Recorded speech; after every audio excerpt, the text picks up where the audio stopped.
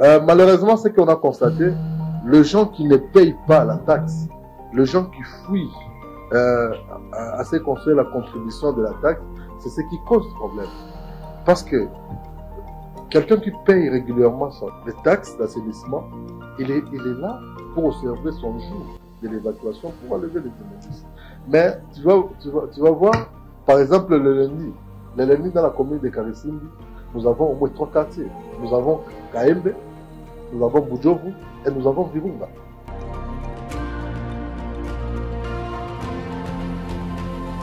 Depuis walituambilia sei ya lala tukiitia hapa. Kweli tulikuwa na reklame sei ya lala na kuwa mbali kusie, kukuwa nasema tulipe assainissement na hatupate kwa kutia uchafu, tunakosa kama mnatuexplique nini. Joba kasema hapana, tunakamata hii fasi nyewe hii ngambo mko natia mayani mwa hii fasi.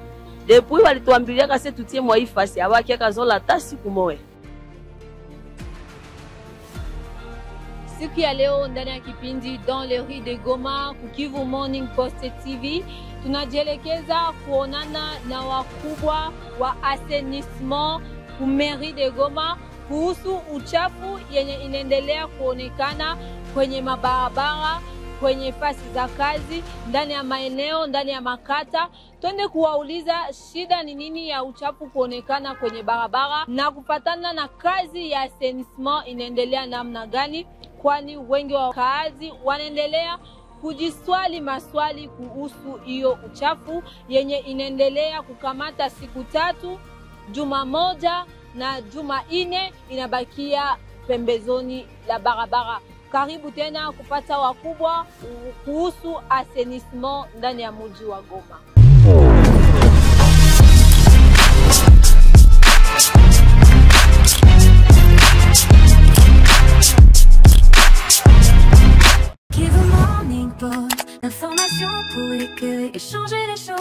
Jambo sana mama, hapa ni quartier Katoi, avenue Kasindi 3. Basi depuis walituambilia sei ya lala tukiitia hapa. Kweli tulikuwa na reklame sei ya lala na kuwa mbali kusie, kukuwa nasema tulipe assainissement na hatupate kwa kutia uchafu, tunakosa kama mnatuexplique nini. Joba kasema hapana, tunakamata hii fasi nyewe hii ngambo mko natia mayani mwa hii fasi. Depuis walituambilia kase tutie mwa hii fasi, hawaki akazola hata siku moja. Njoo uchafu busha tuingilia timu manyumba ndani. Manake tunakosa tutaishi hapa namuna gani? Siri tusiwe hapa pembeni ya hii ya lala. Vraiment tunateseka sana. Mtonee huruma, mwambie wale wa magari, ubie kama assainissement shaisha, tusilipe tena assainissement. Jua tuone kama uchafu tutakona butupia wapi.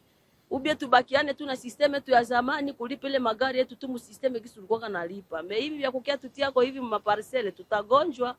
Uchafu unaanza tukuta ndani munyumba.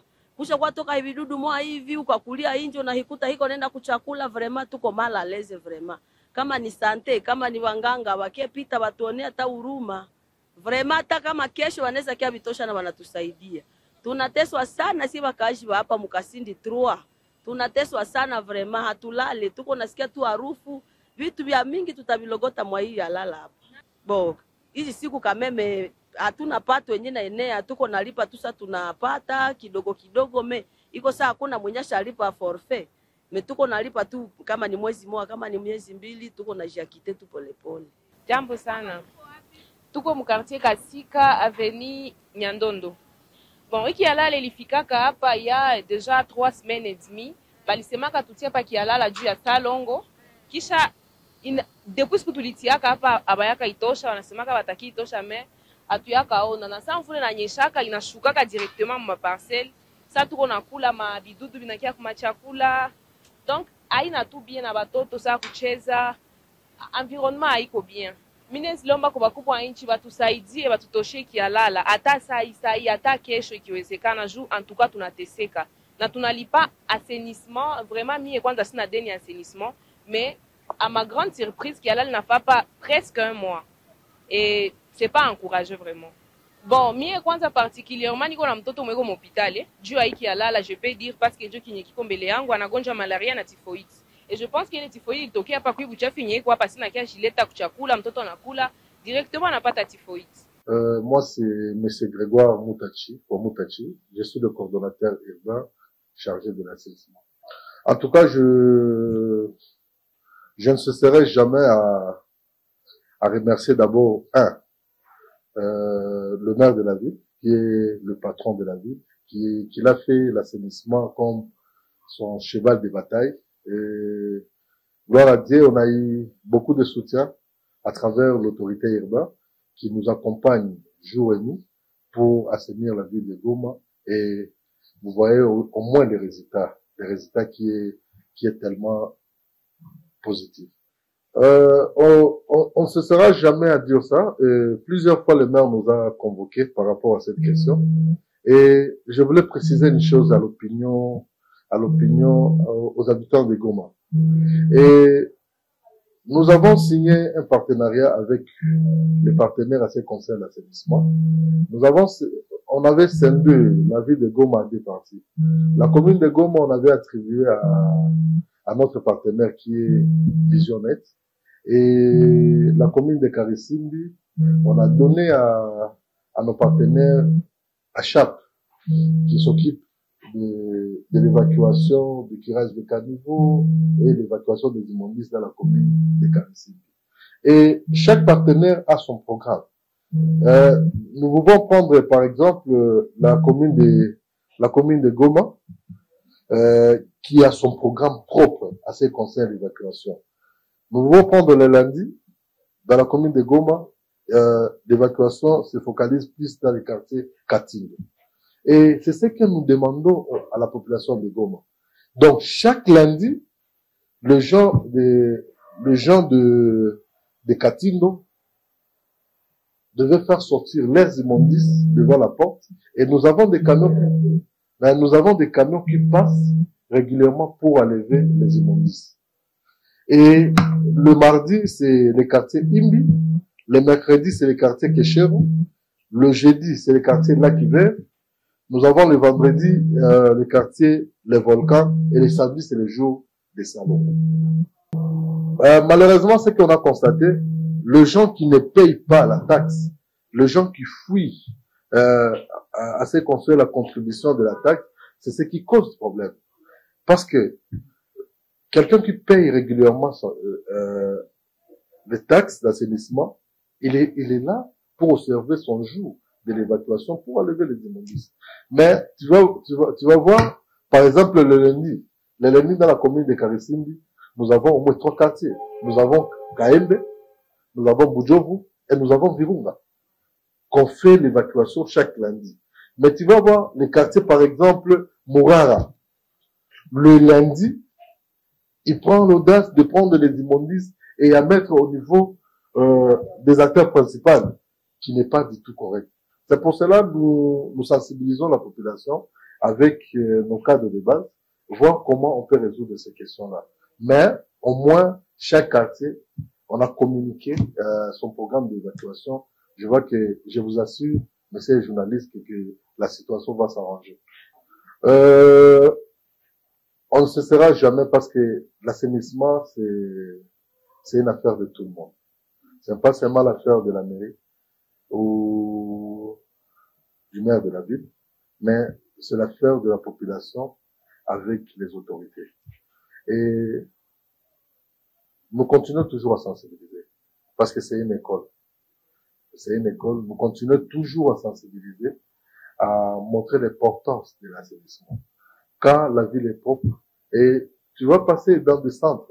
Aujourd'hui, nous avons 4 centres au niveau de Goma, et tu vas voir que les gens qui travaillent dans des centres de santé, ils vont te dire que non, il y a diminution des contaminations en ce qui concerne les maladies qui est liée à l'insalubrité.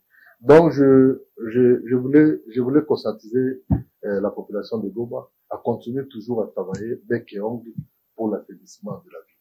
Siku ya leo tumeonana na coordinator anayefanya kazi ngambo ya assainissement muvila Goma kumeri, na ametuonesha ya kwamba kazi za assainissement zinaendelea vizuri. Ndio, ni kweli, tukaangalia kunakuwa fasi kabisa kazi zinaendelea vizuri za assainissement, na tunaona Goma propre, centre ville na quartier fulani. Lakini kwa leo tunaingia ndani ya kata la Katoi, precisement mu quartier Kasindi 3 na quartier Nyandondo, ambapo kialala inaenda na kuonekana mahali hapa. na hiyo kialala inafanya Jumatatu. Kila siku wakaaji wanakuja kumwanga uchafu hapa na wanachunga gari ya meri kukuya kuondoa uchafu. Kitu ya huzuni sana ni kuona wakaaji wanalipa assainissement, wakaaji wanafanya salongo kila siku ya posho, na wakati wanaacha uchafu mahali hapa ni kusema wanachunga evacuation ya immondice ifanyikane kukote ya assainissement na batu ya meri. Alors leo kialala inagawia, wakaaji wanaanza gonjwa, wakaaji wanaanza pata magumu. Wakati ya mvula kialala inatoa harufu, wakati ya jua kialala inatoa harufu, watu wanatupa uchafu wa kila namna mahali hapa.